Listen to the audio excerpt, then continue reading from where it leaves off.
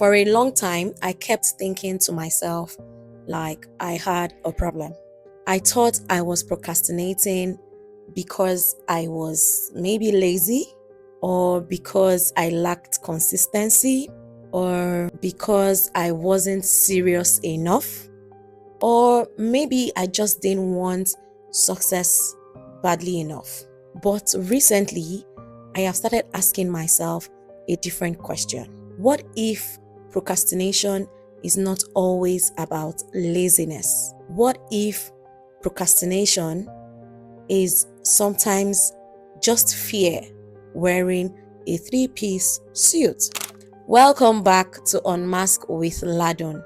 Today, I want to talk about something I think many of us quietly struggle with, but rarely understand deeply. And it is procrastination. Not from the perspective of productivity, but from the perspective of emotion. Because I am beginning to realize that sometimes the things we delay are actually the things that matter most to us. Think about it yourself. Sometimes we delay the business we deeply care about. We delay the book we genuinely want to write. We delay the content we know we should create. We delay having the difficult conversations. We delay applying for opportunities. We delay showing up fully. And then we beat ourselves up for not taking action. But what if the issue is not really laziness? What if the issue is fear? Fear of failure, fear of rejection, fear of judgment, fear of success, fear of visibility, fear of disappointing ourselves, fear of discovering we are not as good or capable as we hoped or thought. One thing I have realized about procrastination is that it often protects us from emotional risk. Because if you never fully try, you can never fully fail. If you delay the launch of that project, you never fully confront rejection.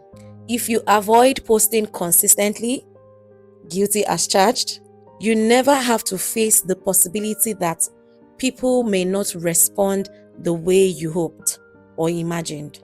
If you keep yourself in preparation mode, you can avoid vulnerability, and preparation can become a hiding place for you.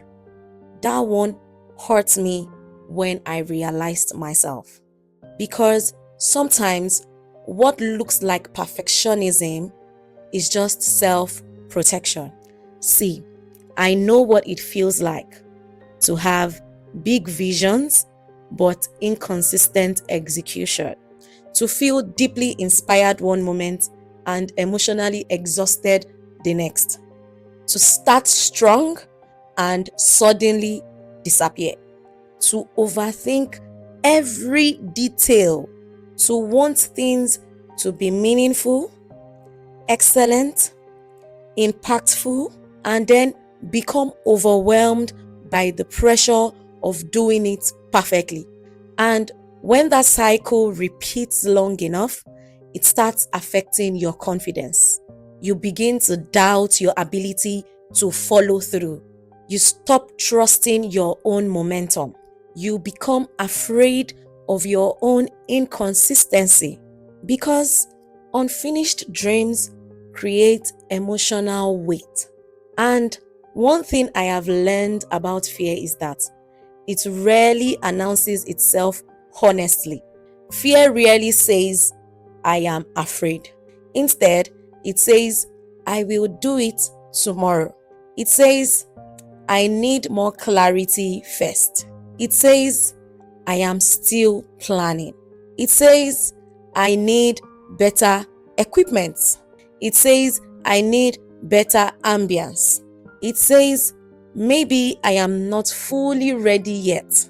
And sometimes those things can be valid, but sometimes they are also disguises, because fear is very intelligent.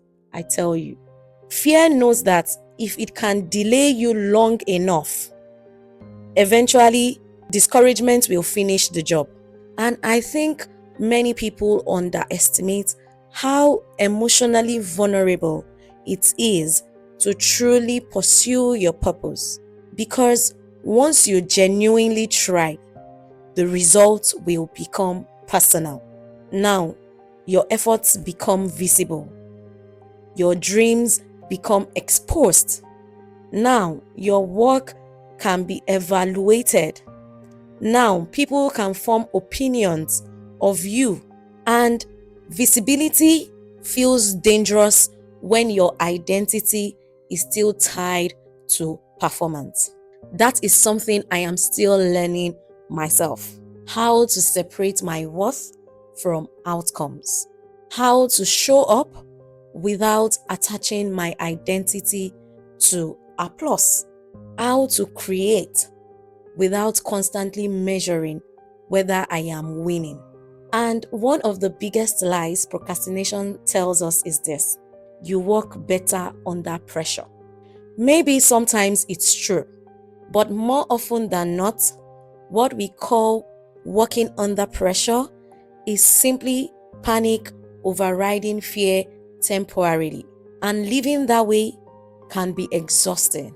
Always rushing, always catching up, always carrying guilt, always feeling behind, always feeling like you are capable of more, but unable to fully assess it consistently. That emotional tension wears people down quietly. I've also realized that procrastination can come from emotional exhaustion. Sometimes you are not avoiding the risk in itself. You are avoiding the feelings attached to it. Sometimes you are not avoiding the task in itself. You are avoiding the feelings attached to the task. The pressure, the uncertainty, the possibility of disappointment, the inner critic, the comparison, the fear that your efforts may not produce the outcome you hoped for or desire. So instead, you scroll, you distract yourself, you stay busy with similar things, you reorganize and rearrange, you consume more information, not because you don't care, but because caring so deeply has become emotionally heavy. And just maybe that's why self-compassion matters more than self-condemnation. Because shame rarely produces sustainable transformation. Beating yourself up may create temporary urgency, but it rarely creates peace. And one thing I know for a fact is people thrive better from a place of peace than pressure. By the way, that doesn't mean avoiding responsibility.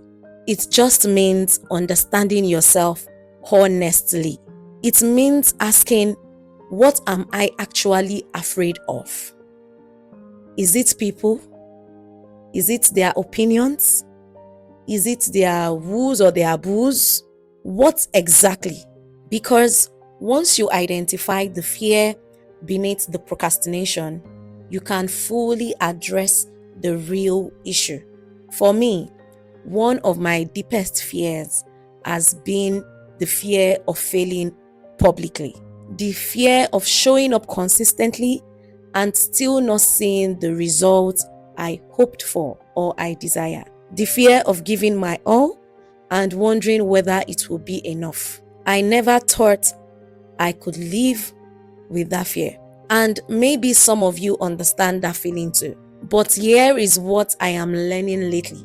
Avoiding the dream hurts too. Delaying purpose hurts too. Silencing yourself hurts too. Watching your life remain stuck because fear keeps negotiating with your future, that hurts too. So eventually, you have to decide which discomfort you are willing to live with. The discomfort of risk or the discomfort of regret. One thing recording this podcast has reinforced for me is that action creates clarity. Not overthinking, not endless planning, not waiting for confidence, but action, movement, momentum. And sometimes you'll be shocked that confidence only arrives after obedience, consistency, repetition, and showing up scared. Maybe that's the season I am entering now myself. Not a season of perfection, but a season of movement. So if you have been struggling with procrastination, I want you to hear this today. You may not be lazy. You may be afraid. Afraid of visibility, afraid of failure, afraid of disappointment, afraid of your own potential. But fear does not disappear through avoidance. It only grows there. But one thing I can tell you for a fact is fear shrinks through movement, even imperfect movement. So today, I will be leaving you with a question and not a thought. What would your life look like if fear stopped making your decisions? And what is one small step you can take today, even before you feel fully ready? Because maybe courage isn't the absence of fear. Maybe courage is choosing movement whilst holding fear in one hand. Thank you so much for joining me for another episode of Unmask with Ladon. I will see you in the next episode. Until then, remember, you do not need perfect confidence to begin. You just need the courage to move. Share your thoughts in the comment section. I would really love to hear from you.